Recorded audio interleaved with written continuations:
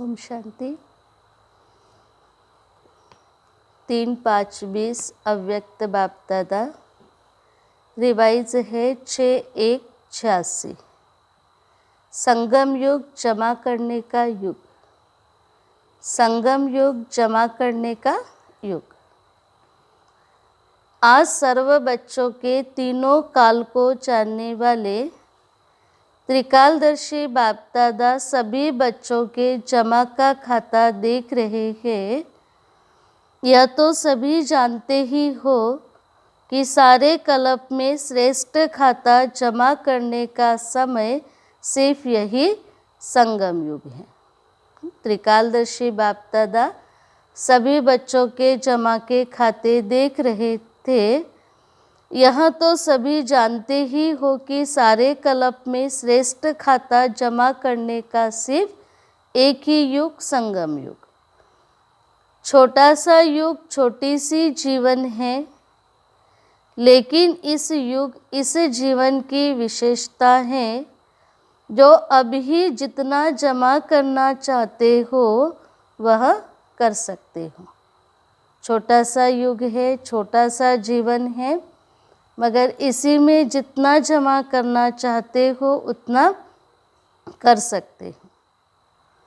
इस समय के श्रेष्ठ खाते प्रमाण पूज्य पद भी पाते हो, फिर पूज्य से पुजारी भी बनते हो। इस समय के श्रेष्ठ कर्मों का, श्रेष्ठ नॉलेज का, श्रेष्ठ संबंध का, श्रेष्ठ शक्तियों का, श्रेष्ठ गुणों का सब श्रेष्ठ खाता अभी ही जमा करते हो। हाँ, संगम के ही खाते प्रमाण पूज्य पद पाते हो, फिर जैसा पूज्य पद वैसा ही पुजारी पद पाते हो। इस समय के श्रेष्ठ कर्मों का, श्रेष्ठ नॉलेज का, श्रेष्ठ संबंध का, श्रेष्ठ शक्तियों का, श्रेष्ठ गुणों का सब श्रेष्ठ खाते अभी ही जमा करते हो। द्वापर से भक्ति का खाता अल्पकाल का अभी अभी किया, अभी अभी फल पाया और अभी अभी खत्म हुआ। द्वापर युग में भक्ति में भी खाता जमा करते हैं, पर वह अल्पकाल का है, अभी अभी पाया और अभी अभी खाया, खत्म हुआ। भक्ति का खाता अल्पकाल का इसलिए है क्योंकि अभी अभी कमाया और अभी अभी खाया। क्षमा करने का अविनाशी खाता जो जन्म जन्म चलता रहे, वह अविनाशी खाते जमा करने का अभी समय है। इसलिए श्रेष्ठ समय को पुरुषोत्तम युग व धर्माव युग कहा जाता है। भक्ति में खाता जमा होता है, अभी अभी कमाया और अभी अभी खाया। केवल संगम युग में ही जो जमा करते हैं वह अविनाशी बन जाता, जो 21 जन्म चलता है। इसीलिए इसको पुरुषोत्तम धर्माव युग कहा जाता। परमात्मा अवतरण का युग कहा जाता। डायरेक्ट बाप द्वारा प्राप्त शक्तियों का युग यही गाया हुआ है। इसी युग में परमात्मा की डायरेक्ट शक्तियाँ प्राप्त होती है। इस युग में ही भाग्य विधाता और वरदाता का पाठ बजाते हैं। इसलिए इस युग को वरदानी युग भी कहा जाता। इस युग में स्नेह के कारण बाप भोले भंडारी बन जाते, जो एक का पदम गुना देते हैं। एक का पदम गुना जमा होने का विशेष भाग्य अभी ही प्राप्त होता है। और सारे जन्मों में तो एक का एक मिलता है, पर यहाँ एक का पदम गुना जमा होने का विशेष भाग्य संगम को प्राप्त है। और युगों में जितना और उतने का हिसाब है तो अंतर हुआ ना, क्योंकि अभी डायरेक्ट बाप और वर्षे और वरदान दोनों रूप में प्राप्ति कराने के निमित्त हैं। और युगों में जितना करते हैं उतना प्राप्त होता है, मगर इस युग में और उस युग में अंतर है, क्योंकि अभी डायरेक्ट बाप वर्षे और वरदान दोनों रूप में प्राप्ति कराने के निमित्त हैं। भक्ति में भावना का फल है और अभी वर्ष्य और वरदान का फल है। भक्ति में भावना का फल है और अभी वर्ष्य और वरदान का फल। इसीलिए समय के महत्व को जान, प्राप्तियों को जान, जमा के हिसाब को जान, त्रिकालदर्शी बन हर कदम उठाते रहो। संगम युग के महत्व को जान। महत्व क्या है कि इस युग में जो जमा करते वो जन्म जन्म चलता है। इस युग में एक का पदम गुना मिलता है। इस समय का एक सेकंड कितने साधारण समय से बड़ा है वह जानते हो। संगम का एक समय साधारण समय से कितना बड़ा है जानते हो। सेकंड में कितना जमा करते हो और सेकंड में कितना गवाते हो, ये अच्छी तरह से हिसाब जानते हो ना।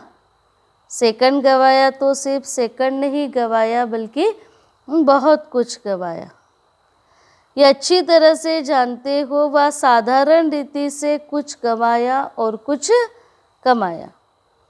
ऐसा अमूल्य समय समाप्त तो नहीं कर रहे हो। पूछ रहे बाप दादा कि यहाँ पर एक का पदम गुना जमा होता है। इस युग का सेकंड भी साधारण युगों के समय से सेकंड भी बहुत बड़ा समय है। तो ऐसा अमूल्य समय समाप्त तो नहीं करते हो। ब्रह्मा कुमार कुमारी तो बने लेकिन अविनाशी वर से और अविनाशी वरदानों के अधिकारी बने। बाबा के तो बन गए, ब्रह्मा कुमार कुमारी बन गए, लेकिन क्या अविनाशी वर से और विशेष वरदान के अधिकारी बने? क्योंकि इस समय के अधिकारी जन्म जन्म के अधिकारी बनते हैं। इस समय के अधिकारी जन्म जन्म के अधिकारी। इस समय के किसी न किसी स्वभाव व संस्कार व किसी संबंध के अधीन रहने वाली आत्मा जन्म जन्म अधिकारी बनने के बजाय प्रजापति के अधिकारी बन जाती है। हाँ, इस समय किसी भी स्वभाव संस्कारों के अधीन होने वाली आत्मा जन्म जन्म अधिकारी बनने के बजाय प्रजापति का अधिकार ले लेती है। राज्य अधिकारी नहीं, प्रजापद अधिकारी बनते हैं। कौन? अधीन रहने वाली आत्मा प्रजापति के अधिकारी बनती है। बनने आए हैं राजयोगी, राज्य अधिकारी, लेकिन अधीनता के संस्कार के कारण विधाता के बच्चे होते हुए भी राज्य अधिकारी नहीं बन सकते। इसलिए सदा ये चेक करो स्व अधिकारी कहाँ तक बने हैं। बाबा के पास क्या सीखने आए थे? राजयोग। राजयोग सीखकर राजयोगी बनने आए थे, लेकिन अधीनता के संस्कार होने के कारण भाग्य विधाता के बच्चे होते हुए भी राज्य अधिकारी नहीं बन सकते। क्यों? क्योंकि स्वराज्य अधिकारी नहीं। तो चेक करो स्वराज्य अधिकारी कहाँ तक बने। जो स्वाधिकार नहीं पा सकते तो विश्व का राज्य अधिकार कैसे प्राप्त करेंगे? क्योंकि स्वराज्य अधिकारी सो विश्व राज्य अधिकारी। जो स्वयं पर ही राज नहीं करना जानते वो विश्व राज्य अधिकारी कैसे बनेंगे? और स्वराज्य अधिकारी अर्थात कर्म इंद्रियों पे राज। विश्व के राज्य अधिकारी बनने का चेतन मॉडल अभी स्वराज्य अधिकारी बनने से तैयार करते हो। सतयुग में राज्य अधिकारी कैसे होंगे उसका मॉडल अभी स्वराज्य अधिकारी बनते हो। कोई भी चीज़ का पहले मॉडल तैयार करते हो ना, तो पहले इस मॉडल को देखो। कोई भी चीज़ बनाने से पहले उसका छोटा सा मॉडल तैयार करते हैं, तो पहले स्वराज्य अधिकारी स्थिति को देखो, उसी आधार पर होगी विश्व राज्य अधिकारी स्थिति। स्वराज्य अधिकारी अर्थात सर्व कर्म इंद्रियों रूपी प्रजा के राजा बनना।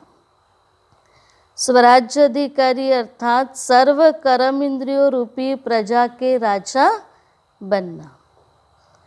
प्रजा का राज्य है या राजा का राज्य है?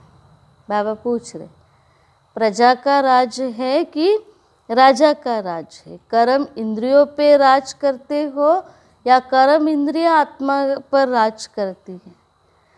ये तो जान सकते हो ना। प्रजा का राज है तो राजा नहीं कहलाएंगे।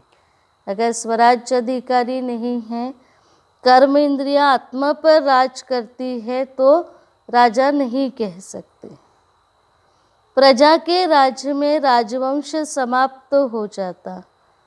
कोई भी एक कर्म इंद्रियां धोखा देती तो स्वराज्य अधिकारी नहीं कहेंगे।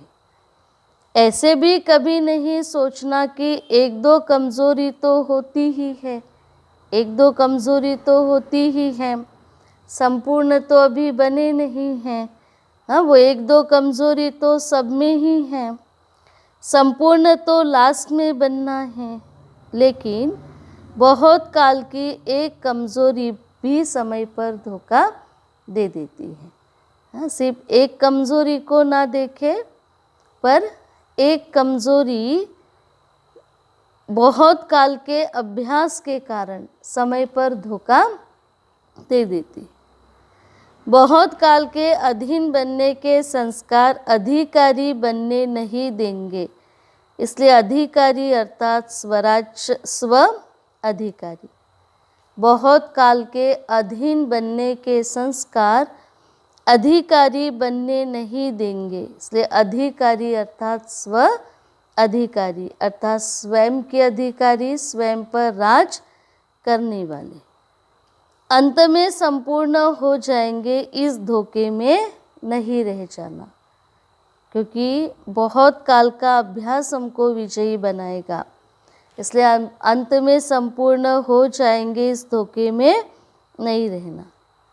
बहुत काल का स्वराज्य अधिकार का संस्कार बहुत काल के विश्व अधिकारी बनाएगा। बहुत काल का स्वयं पर राज करने का संस्कार बहुत काल का विश्व अधिकारी बनाएगा। थोड़े समय के स्वराज्य अधिकारी थोड़े समय के लिए विश्व राज्य अधिकारी बनेंगे। अगर थोड़े समय का स्वराज्य अधिकारी पने का अभ्यास है तो वो थोड़े समय के लिए ही राज्य का सुख भोग पाएंगे।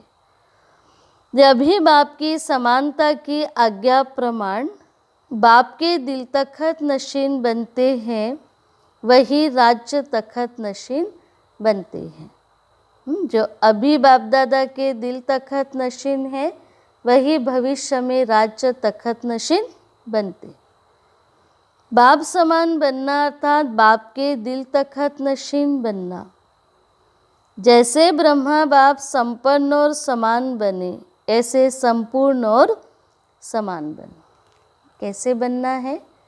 जैसे ब्रह्मा बाप संपन्न और समान बने, बाप समान, ऐसे संपूर्ण और बाप समान बनो। राज्य तखत के अधिकारी बनो। बाप दादा के दिल तखत नशीन बनकर राज्य तखत के अधिकारी बनो। और दिल तखत नशीन कौन बनेंगे?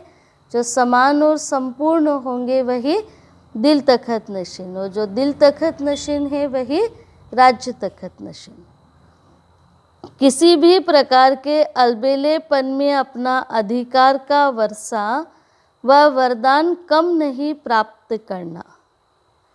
किसी भी प्रकार के अलबेलेपन में आकर बाप से अधिकार, वर्षा और वरदान कम प्राप्त नहीं करना। तो जमा का खाता चेक करो, क्योंकि इमरजेंसी के समय क्या काम आता है? जमा का खाता। भविष्य में क्या काम आता है? जमा का खाता। परिस्थितियों के समय क्या काम आता है? जमा का खाता। इसलिए अपना जमा का खाता चेक करो। नया वर्ष शुरू हुआ ना, 686 की वाणी है, तो नया वर्ष शुरू हुआ। पिछला खाता चेक करो, नया खाता समय और बाप के वरदान से ज़्यादा जमा करो। दो काम करने हैं। एक तो पिछला खाता चेक करना है, कौन सा खाता?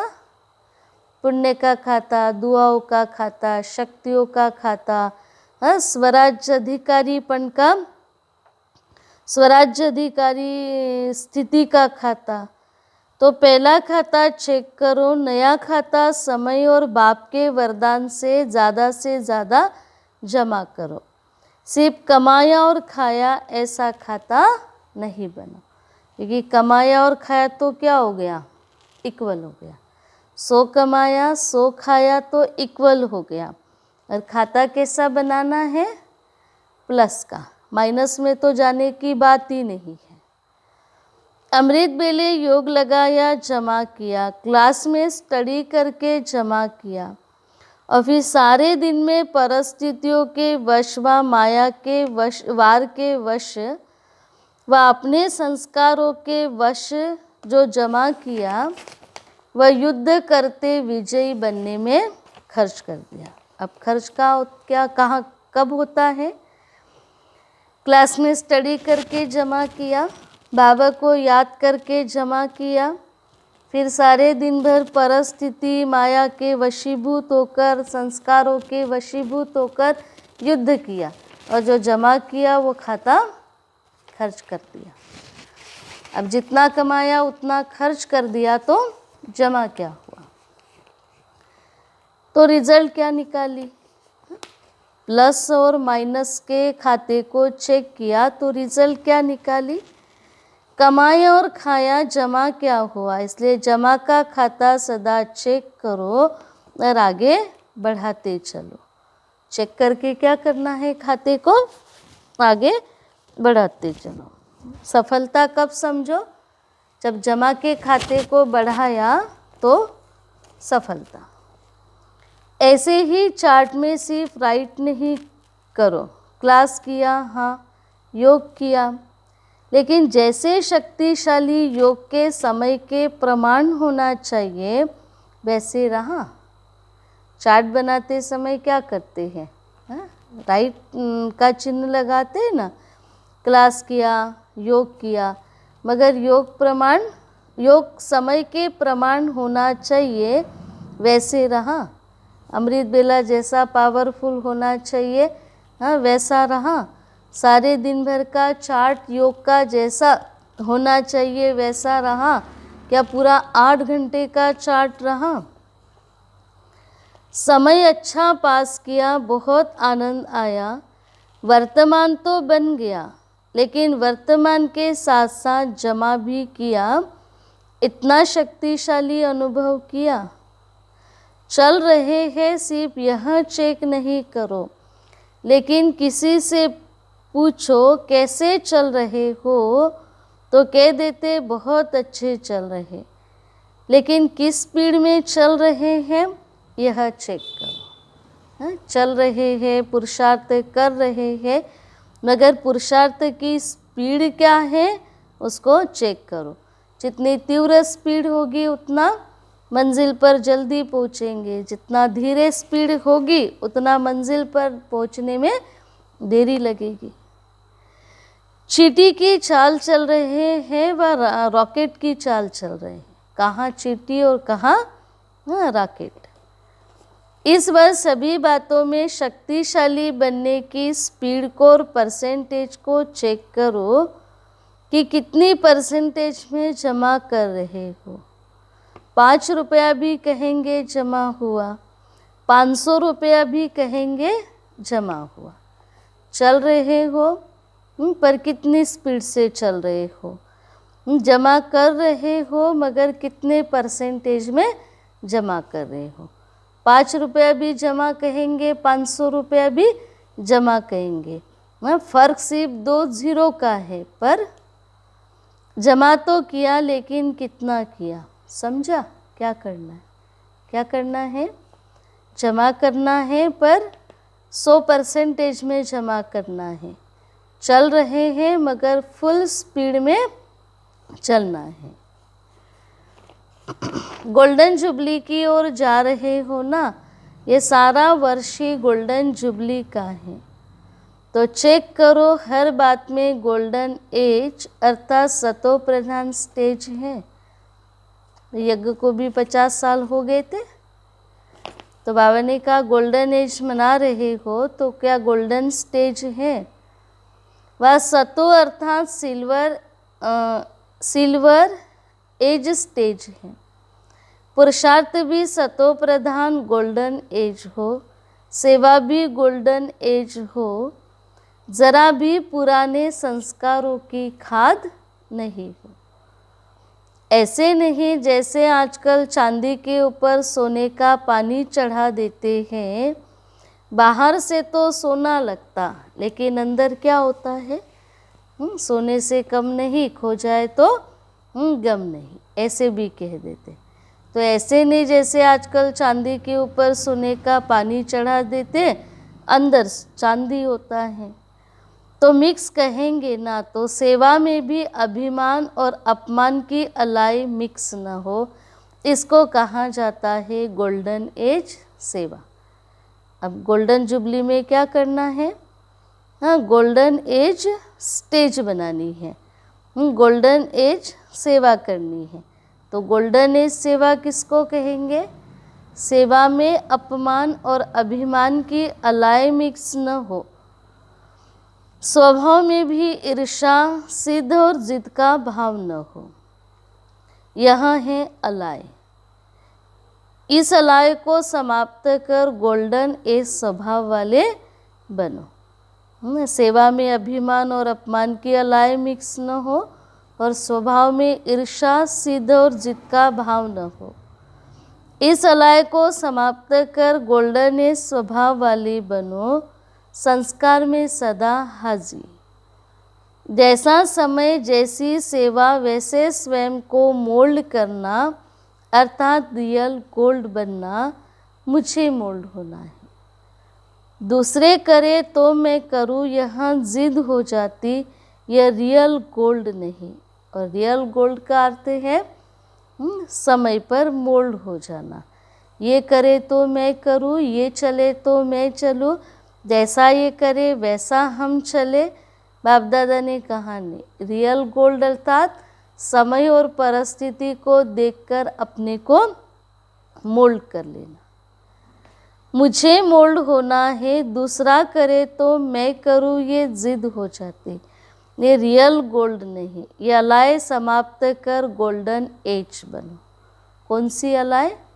अभिमान अपमान की अलाय, जिद सिद्ध और ईर्ष्या की अलाय भी समाप्त करो। संबंध में सदा हर आत्मा के प्रति शुभ भावना, कल्याण की भावना, स्नेह की भावना और सहयोग की भावना हो। संबंध में हर आत्मा के प्रति शुभ भावना, कल्याण की भावना और स्नेह की भावना, सहयोग की भावना हो। कैसे भी भाव स्वभाव वाला हो, लेकिन आपका भाव सदा श्रेष्ठ हो। इन सब बातों में स्व परिवर्तन ही गोल्डन जुबली मनाना है। अलाय को जलाना अर्थात गोल्डन जुबली मनाना, तो समझा वर्ष का आरंभ गोल्डन एज स्थिति से करो, सहज है ना। तो गोल्डन एज स्थिति किसको कहेंगे? हर आत्मा के प्रति कल्याण की भावना, स्नेह की भावना, सहयोग की भावना, शुभ भावना, उसे कहेंगे गोल्डन एज स्थिति। सुनने के समय तो सब समझते हैं करना ही है, लेकिन जब समस्या सामने आती तब सोचते यह तो बड़ी मुश्किल बात है। जिद नहीं करना, ईर्ष्या नहीं करना, क्रिटिसाइज नहीं करना, कोई कैसा भी व्यवहार करे उसके प्रति भी कल्याण की भावना रखना, न परिस्थिति सामने आती तो समझते थोड़ा मुश्किल है। समस्या के समय स्वराज्य अधिकारीपन का अधिकार दिखाने का ही समय होता है। स्वराज्य अधिकारी स्थिति को दिखाने का समय कब होता है? स्वराज्य अधिकारीपन का अधिकार दिखाने का समय समस्या के समय ही होता। वार के समय ही विजयी बनना होता है, परीक्षा के समय ही नंबर 1 लेने का समय होता है। समस्या स्वरूप नहीं लेकिन समाधान स्वरूप बनो। इस गोल्डन जुबली में क्या करो? समस्या स्वरूप नहीं लेकिन समाधान स्वरूप बनो। समझा? इस वर्ष क्या करना है? क्या करना है? रियल गोल्ड बनना है। अभिमान अपमान की अलाए ना हो, ईर्षा जिद और सिद्ध की अलाए ना हो, हर आत्मा के प्रति कल्याण की भावना हो, शुभ भावना हो, स्नेह की और सहयोग की भावना हो। तब गोल्डन जुबली की समाप्ति संपन्न बनने की गोल्डन जुबली कही जाएगी। और क्या नवीनता करेंगे? बाप दादा के पास सभी बच्चों के संकल्प तो पहुँचते ही है, तो प्रोग्राम में भी क्या नवीनता करेंगे? गोल्डन थॉट सुनाने की टॉपिक रखी है ना। सुनहरे संकल्प, सुनहरे विचार जो सोना बना दे और सोने का युग लावे, ये टॉपिक रखी है ना। अच्छा, आज वतन में इस विषय पर रूह रिहान हुई तो फिर सुनाएंगे। हाँ, गोल्डन स्थिति पर रूह रिहान हुई वो फिर सुनाएंगे। अच्छा, सर्ववर्षीय और वरदान के डबल अधिकारी भाग्यवान आत्माओं को, सदा स्वराज्य अधिकारी श्रेष्ठ आत्माओं को, सदा स्वयं को गोल्डन स्थिति में स्थित करने वाले रियल गोल्ड बच्चों को, सदा स्व परिवर्तन की लगन से विश्व परिवर्तन में आगे बढ़ने वाले विशेष आत्माओं को बाप दादा का याद प्यार और नमस्ते। हम रूहानी बच्चों की रूहानी माता पिता बाप दादा को याद प्यार, गुड मॉर्निंग और नमस्ते नमस्ते नमस्ते। मीटिंग में आए हुए डॉक्टर से अव्यक्त बाप दादा की मुलाकात।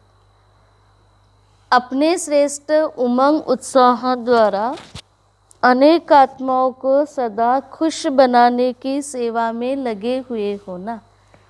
अपने उमंग उत्साह द्वारा अनेक आत्माओं को सदा खुश बनाने की सेवा में लगे हुए हैं ना। डॉक्टर्स का विशेष कार्य है हर आत्मा को खुशी देना।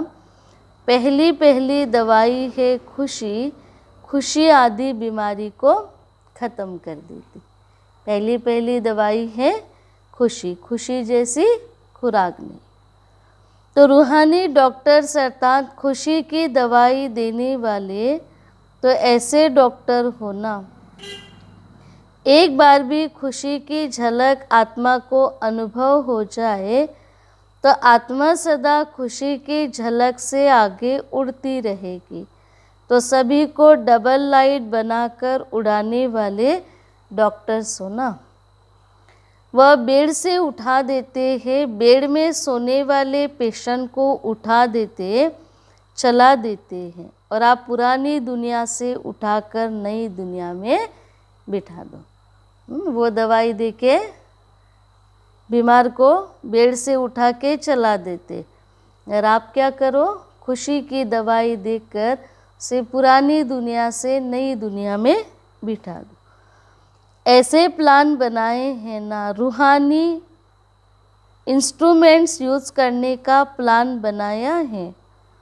इंजेक्शन क्या है, गोलियां क्या हैं, ब्लड देना क्या है, ये सब रूहानी साधन बनाए। डॉक्टर्स बहुत इंस्ट्रूमेंट्स यूज़ करते हैं ना। तो बाप दादा पूछ रहे कि इंस्ट्रूमेंट्स यूज़ करने का प्लान बनाया, इंजेक्शन क्या है, गोलियां क्या है, ब्लड देना क्या है, ये सब रूहानी साधन बनाए। किसी को ब्लड देने की आवश्यकता है तो रूहानी ब्लड कौन सा देना है। हार्ट पेशेंट को कौन सी दवाई देनी है। हार्ट पेशेंट अर्थात दिल शिकस्त पेशेंट, तो रूहानी सामग्री चाहिए ना भाई। किसी को इम्यूनिटी पावर की ज़रूरत है, किसी को ब्लड देने की ज़रूरत है, कोई दिल शिकस्त आत्मा को उमंग देने की ज़रूरत है, तो ये सब रूहानी सामग्री चाहिए ना। जैसे वह नई नई इन्वेंशन करते तो साइंस के साधन से इन्वेंशन करते हैं। आप साइलेंस के साधनों से सदा काल के लिए निरोगी बना दो। बस साइंस के साधनों से इन्वेंशन करते हैं और आप साइलेंस के साधनों से सदा काल के लिए निरोगी बना दो। जैसे उन्हों के पास लिस्ट है, यह इंस्ट्रूमेंट है, यहाँ इंस्ट्रूमेंट है, यहाँ है, ऐसे ही आपकी भी लिस्ट लंबी हो। ऐसे डॉक्टर्स हो, उनके पास साइंस वाले इंस्ट्रूमेंट है और आपके पास रूहानी इंस्ट्रूमेंट, दिल शिकस्त आत्मा को उमंग देने वाला इंस्ट्रूमेंट। सभी डॉक्टर्स ने अपने अपने स्थान पर ऐसा बोर्ड लगाया एवर हेल्दी वेल्दी बनने का। जैसे अपने वह एक्यूपेशन लिखते हो, ऐसे ही यहाँ लिखत हो, जिसे देखकर समझे कि यहाँ क्या, अंदर जाके देखे, आकर्षण करने वाला बोर्ड हो। जैसे लौकिक एक्यूपेशन का बोर्ड लगाते डॉक्टर्स या क्लिनिक, ऐसे बाप दादा कहते आकर्षण करने वाला बोर्ड हो कि हेल्दी वेल्दी बनने का हॉस्पिटल।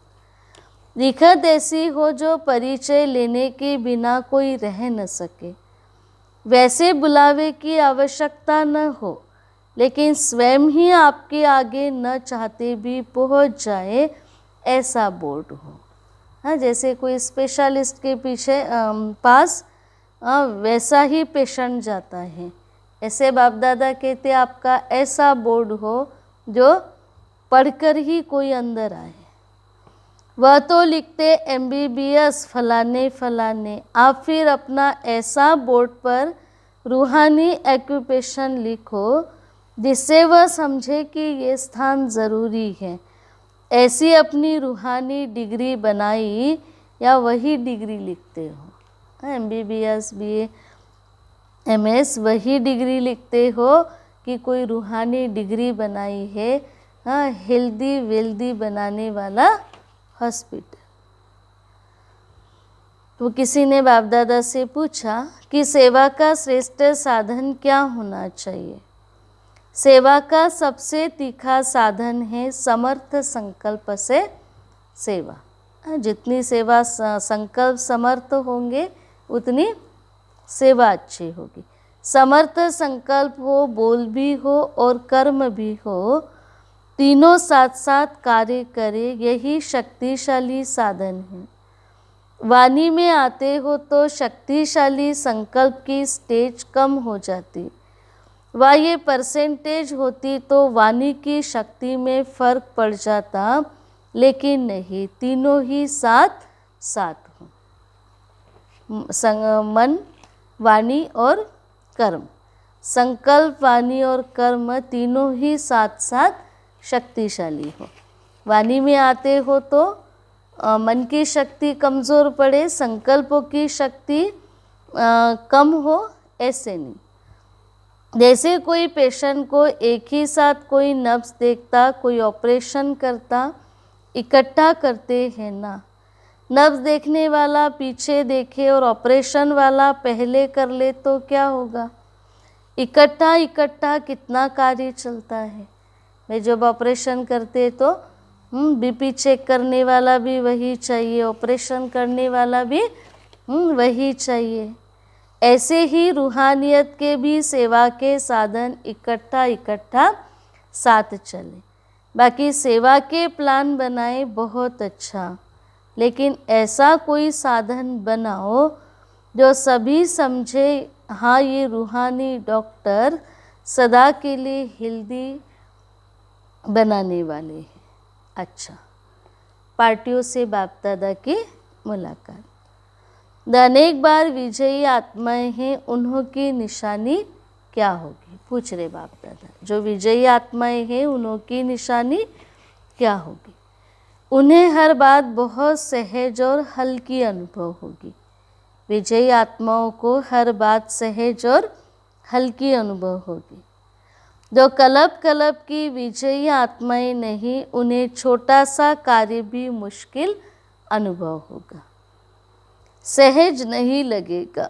हर कार्य करने के पहले स्वयं को ऐसे अनुभव करेंगे जैसे ये कार्य हुआ ही पड़ा है। होगा या नहीं होगा ये क्वेश्चन नहीं उठेगा। किन्हें? जो कल्प कल्प के विजयी आत्मा है, उन्हें क्वेश्चन नहीं उठेगा कि होगा कि नहीं, हुआ ही पड़ा है। ये महसूसता सदा रहेगी। पता है सदा सफलता है ही, विजय है ही, ऐसे निश्चय बुद्धि होंगे। कोई भी बात नई नहीं लगेगी, बहुत पुरानी बात है।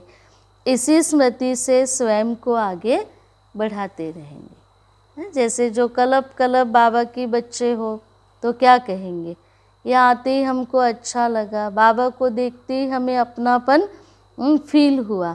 ऐसे विजयी आत्मा भी कहेगी कि ऐसा लग रहा है नथिंग न्यू, कल्प पहले भी किया और अभी भी कर रहे हैं। डबल लाइट बनने की निशानी क्या होगी? डबल लाइट आत्माएं सदा सहज उड़ती कला का अनुभव करती हैं। डबल लाइट आत्माएं सदा उड़ती कला का अनुभव करती, क्योंकि उड़ कौन सकती है? जो हल्का हो। कभी रुकना और कभी उड़ना ऐसे नहीं, सदा उड़ती कला के अनुभवी ऐसी डबल लाइट आत्माएं डबल ताज के अधिकारी बनती हैं। डबल लाइट वाले स्वतः ही ऊंची स्थिति का अनुभव करते हैं। कोई भी परिस्थिति आवे, याद रखो हम डबल लाइट हैं। बच्चे बन गए अर्थात हल्के बन गए, कोई भी बोझ उठा नहीं सकते। बाबा कहते बच्चे कोई भी बोझ है तो मुझे दो। बाबा ऑफर करते हैं बच्चे बोझ मुझे दो, तो बच्चे बोझ उठा नहीं सकते। बोझ मुक्त है तभी हल्के हैं, और जितना हल्के हैं उतना उड़ती कला वाले। अच्छा, ओम शांति। वरदान है शुभ चिंतन और शुभ चिंतक स्थिति के अनुभव द्वारा ब्रह्मा बाप समान मास्टर दाता भव। ब्रह्मा बाप समान मास्टर दाता बनने के लिए ईर्ष्या, घृणा और क्रिटिसाइज, इन तीन बातों से मुक्त रहकर सर्व के प्रति शुभ चिंतक बनो और शुभ चिंतन स्थिति का अनुभव करो। ब्रह्मा बाप समान मास्टर दाता बनने के लिए ईर्ष्या, घृणा, क्रिटिसाइज, तीनों बातों से मुक्त रहो और सर्व के प्रति शुभ चिंतक बनो। शुभ चिंतन स्थिति का अनुभव करो, क्योंकि जिसमें ईर्ष्या की अग्नि होती है वे स्वयं जलते, दूसरों को भी परेशान करते। घृणा वाले खुद भी गिरते और दूसरों को भी गिराते।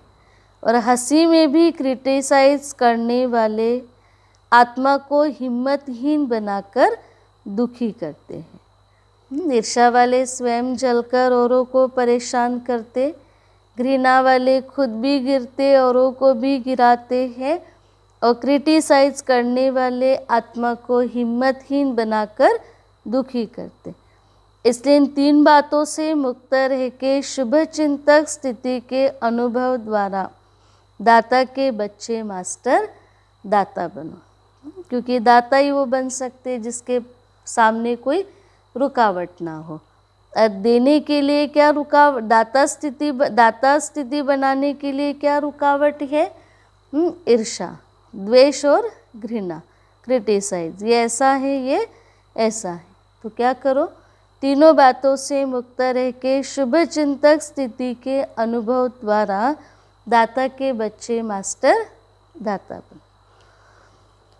स्लोगन है मन, बुद्धि और संस्कारों पर संपूर्ण राज करने वाले स्वराज्य अधिकारी बनो। मन, बुद्धि और संस्कारों पर संपूर्ण राज्य करने वाले स्वराज्य अधिकारी बनो। और बाबा ने आज अच्छे से कहा कि जो स्वराज्य अधिकारी है वही विश्व राज्य अधिकारी है। कोई भी प्रकार की अगर अधीनता है तो अधिकार का अनुभव नहीं कर सकते हैं। तो मन बुद्धि संस्कारों पर भी राज करो। मन समर्थ हो, बुद्धि स्वच्छ हो और संस्कार रॉयल हो, तब राज कर पाएंगे। संगम युग जमा करने का युग। बाबा ने कहा इस युग में जो जमा करते हो वो जन्म जन्म चलता है। और जन्मों में तो एक जन्म जमा करते, एक जन्म खाते, मगर यहाँ इस जन्म में एक का पदम गुना मिलता और 21 जन्मों के लिए जमा करते हो। इसी खाते के आधार पर सतयुग में पूज्य पद पाते और फिर द्वापर में पुजारी पद। तो बाबा ने कहा बच्चे अपने जमा के खाते को चेक करो। ओम शांति।